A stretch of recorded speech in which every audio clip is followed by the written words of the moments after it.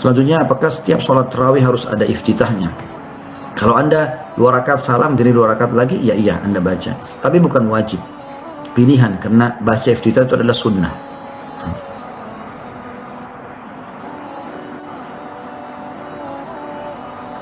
Apa ya? Bagaimana caranya agar tidak mengumpat dalam hati jika sedang kesal? Ya harus kontrol. Dikontrol itu. Anda bisa kontrol kok. Jangan diikuti bisikan itu. Baca a'udzubillahi minasyaitonirrajim. Makin besar gangguan orang kepada Anda bersabar, maka makin besar pahalanya. Ada insya Allah materi tablik akbar, saya rencana baru mau sampaikan, memang itu judulnya, aku keluhkan kesedihanku dan permasalahanku kepada Allah.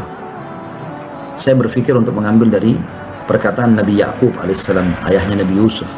Pada saat Nabi Yusuf dilempar oleh saudara-saudaranya ke dalam sumur, lalu dia bersedih, dia mengatakan, innama ashku bathi wa huzni ilallah. Aku mengeluhkan kesedihanku dan permasalahanku ini kepada Allah. Maka dia kembalikan kepada Allah subhanahu wa ta'ala, supaya betul-betul Allah berikan ketenteraman. Dan Umar bin Khattab pada saat beban berat tentang umat ini, wilayah kekuasaan makin luas, pasukan kesana sini, banyak orang yang baru masuk Islam, bagaimana mengaturnya ini? Negara yang begitu besar pada zaman itu. Persia takluk di tangan kaum muslimin, sebagian besar wilayah Romawi takluk, Jazirah Arab takluk. Ini luar biasa, setengah dunia dikuasai pada saat itu. Maka Umar, kata sebagian sahabat, kami dengarkan beliau dalam sholatnya, ya, pada saat kunut beliau mengatakan, innama ashku bathi wa huzni ilallah. Saya keluhkan permasalahanku dan kesedihanku kepada Allah. Maka tidak ada tempat yang paling baik kecuali kepada Allah subhanahu wa ta'ala. Kembali kepadanya teman-teman sekalian, kebahagiaan di situ.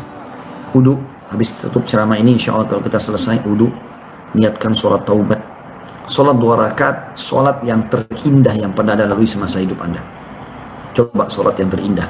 Allahu Akbar, tenang. Ruku, baca iftitah, baca al-fatihah, baca surah dengan tenang. Ruku, i'tidal, sujud dengan tenang sampai salam, baru istighfar dengan tulus dalam hati, tutup mata Anda. Astaghfirullahaladzim, alladzi la ilaha illa huwal hayyul qayyum wa atubu ilaih. Aku mohon ampun kepadamu ya Allah, ya, tulus dari hatiku. Aku mohon agar semua kesalahanku Engkau maafkan, sehingga Engkau membuka hatiku untuk bisa menerima wahyumu, penuhi dengan keimanan, sehingga setelah ini aku istiqomah di atas agamamu. Berdoa kepada Allah SWT, mohon yang terbaik. Sekali Anda kerjakan, 2 kali Anda kerjakan, saya yakin akan ada penambahan iman dalam hati.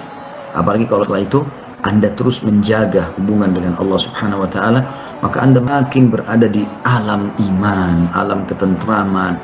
Selalu ingin akhirat, ingin surga, itu akan ada, selalu ada itu, ya. Maka itu yang saya sarankan, dan tidak ada ketentraman hati kecuali dengan itu.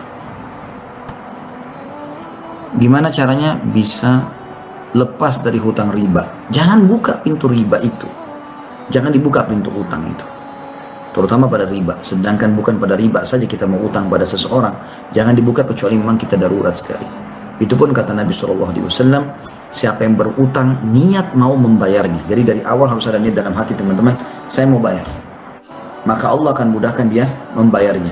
Tapi kalau siapa dari awal tidak mau membayar, dia tidak mau membayar, Allah persulit dia untuk itu. Hati-hati teman-teman, utang ini kalau bukan darurat jangan dibuka. Lebih baik Anda hidup pas-pasan daripada Anda hidup berlebihan tapi utang. Anda tinggalkan kepada ahli waris masalah-masalah, mereka harus sibuk membayar utang Anda.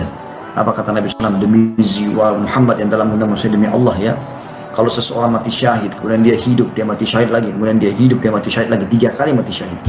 Saya itu sudah luar biasa, apalagi 3 kali mati syahid. Maka tidak akan diterima ruhnya oleh Allah selama dia masih punya utang. Bahkan Nabi SAW tidak mau mensolati orang yang punya utang. Tidak mau mensolati. Ada sahabat sholat, lalu Nabi SAW tanya, apakah orang ini punya utang? Kata para sahabat, iya ya Rasulullah. Kata Nabi SAW, sholat tidak kalian, kecuali ada yang menjaminnya. Atau dari saya, berbagi ya. Coba fokus kepada kebutuhan, bukan keinginan. Karena kalau Anda ikuti keinginan, enggak selesai-selesai ini keinginan. Baru beli baju, mau baju lain, baru beli mobil, mau ganti mobil lain. Oh, terus bersaing dengan urusan dunia ini. Lihat, butuh atau enggak? Butuh beli, enggak butuh enggak usah. Daripada numpuk-numpuk di gudang, banyak barang-barang, enggak dipakai juga. Kan promo Ustaz. Promo enggak akan habis sampai hari kiamat. Promo dan diskon ini ada terus. Nggak ada ceritanya, nggak ada. Saya juga pedagang. Kadang-kadang untuk menjual barang kita berikan diskon, kan gitu. Memang gitu. Ada orang pasang diskon 70% pakai spanduk sampai robek-robek spanduknya. Bertahun-tahun gitu. Akan ada diskon baru. Bukan sekarang, bulan depan pasti akan dibuat lagi. Itu salah satu strategi yang digunakan oleh para pedagang. Gitu kan. Jadi kembali kepada kebutuhan. Anda butuh, beli. Dan bahkan kalau Anda lagi butuh, beli yang terbaik. Itu bagian daripada syariat ya. Saya pernah kasih contoh, teman-teman masuk ke toko buah, ingin makan anggur. Ada anggur harganya 200.000. Ini the best, nomor 1, kelas super. Ada yang nomor 2, itu harganya 150.000. Anda kalau punya kelebihan, beli. Kalau pas butuh, beli yang 200.000. Anda mau beli baju, ada baju harga 300.000, bagus. Ada baju harga 200.000, tapi kualitasnya di bawah itu. Dan Anda butuh, beli yang 300.000, gak masalah. Dalam hadis kata Nabi SAW, Inna Allah yuhibbu an yara athara ni'ami al-abdi. Allah suka melihat bekas nikmat pada hamba. Tapi kita nggak boleh mubazir, nggak boleh berlebihan, jangan berlebihan. Ini maaf agak panjang sedikit, tapi saya sarankan teman-teman jangan buka pintu utang kecuali dibutuhkan dan Anda niatkan ingin membayarnya. Insya Allah Allah akan bayar, kan gitu. Semoga Allah Subhanahu Wa Taala terima seluruh amalan kita dalam keseharian yang sudah kita lakukan, terutama dari awal Ramadan kemarin insya Allah, dan semoga juga sampai akhir umur nanti. Dan semoga Allah panjangkan umur di atas ketaatannya dan istiqamah di atas agamanya setelah meninggal dalam husnul khatimah, diterima oleh Allah Subhanahu Wa Taala. Teman-teman sekalian, tidak ada sesuatu yang paling indah yang harus disyukuri oleh seorang muslim kan sebisanya dia mendapatkan Ramadan. Ini sebuah nikmat yang sangat luar biasa yang harusnya kita syukuri. Apalagi Anda yang diberikan taufik oleh Allah Subhanahu Wa Taala bisa berpuasa, ya, bisa sempat membaca Al-Quran, zikir pagi petang, ya, Anda sempat tentunya berbagi buka puasa mungkin dengan mengirimkan makanan kepada kerabat, kepada teman-teman sehingga mengejar dan mendapatkan pahala mereka.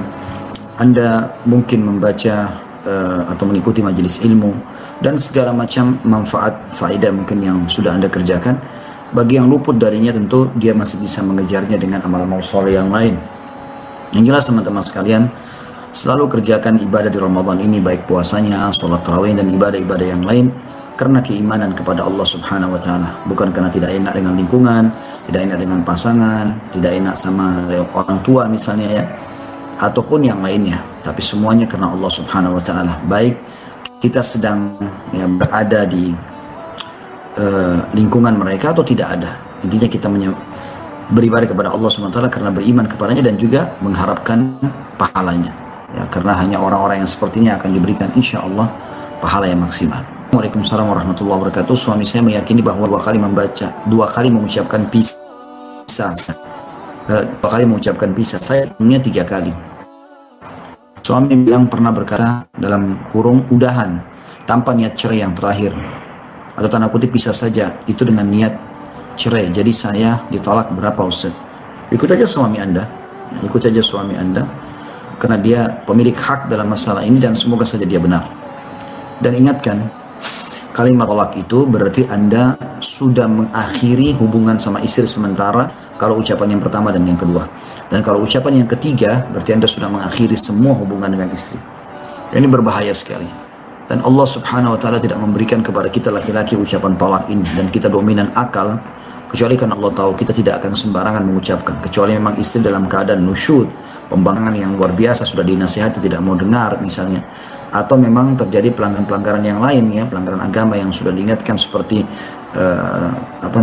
tidak sholat, menutup aurat, tidak menutup aurat dan segalanya, atau pergi ke dukun, kufur, naudzubillah. Nah seperti itulah ibu subhanallah tidak akan bisa menceraikan suaminya kecuali ibu mengajukan khulu ini. Allahu a'lam. Jadi kembali saja insya Allah ke penilaian atau penghitungan suami ibu, karena ibu juga di sini mengatakan saya juga lupa ucapan yang kedua itu bagaimana, seperti itulah.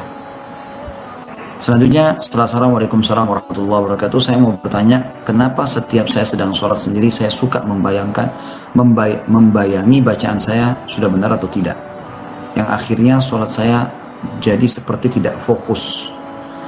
Apa maksudnya di sini? Kalau yang Anda maksudkan adalah penanya kita ini pada saat sholat, kemudian Anda misalnya baca Ar-Rahmanir Rahim misalnya, Anda menggunakan ha Bismillahirrahmanirrahim. Alhamdulillahi rabbil alamin. Ar-Rahmanir-Rahim. Ar-Rahman. Ada seperti itu. Anda ragu lalu Anda ulangi Ar-Rahman. Surah itu bagian daripada fokus dalam sholat.